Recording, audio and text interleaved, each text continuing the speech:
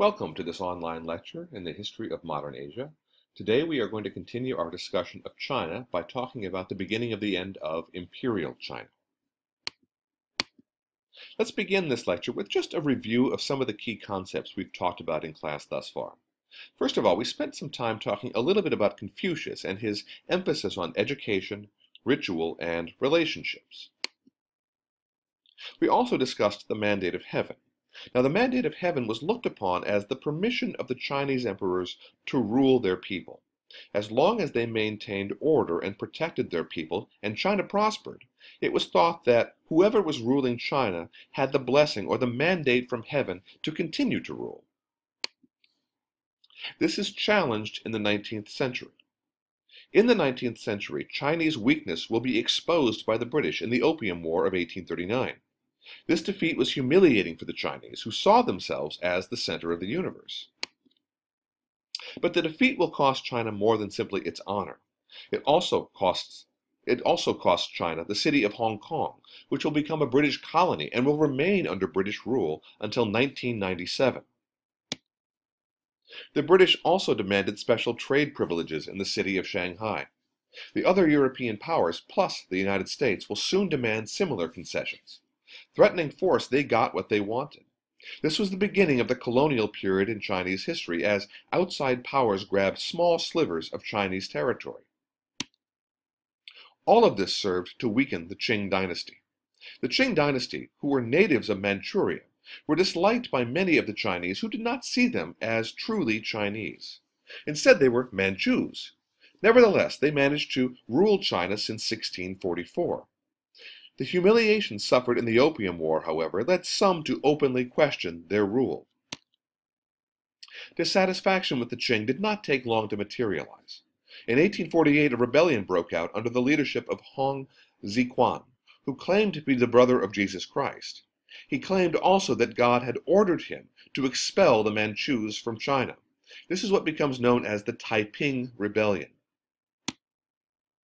The rebellion was costly. In all, it cost about 20 million people before the rebellion was put down in 1864.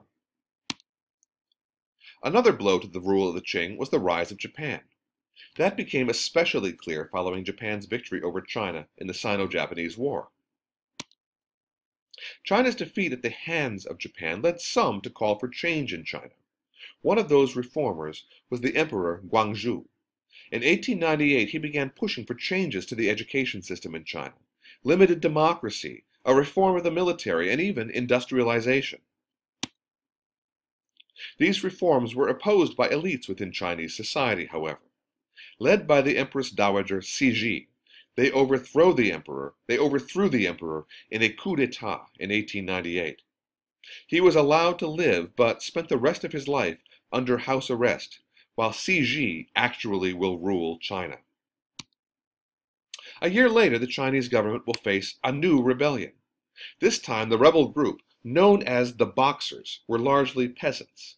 Now, the name Boxer is a misunderstanding of their actual name. They called themselves the Righteous and Harmonious Fists.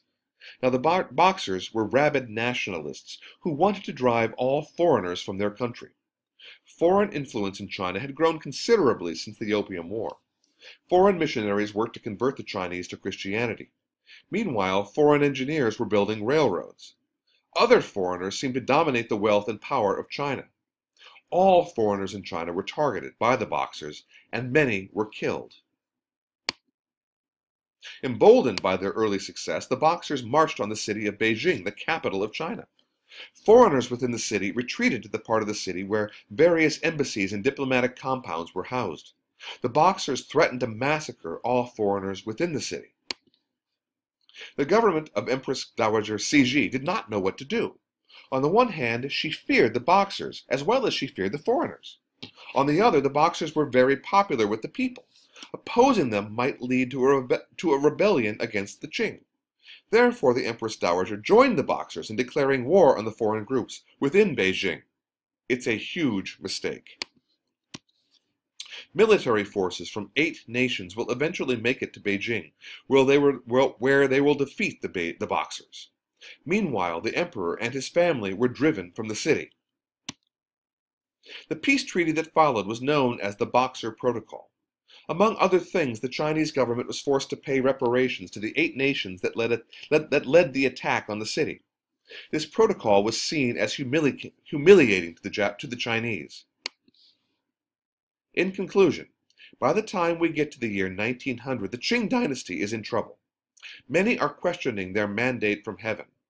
This growing unrest will soon turn to revolution.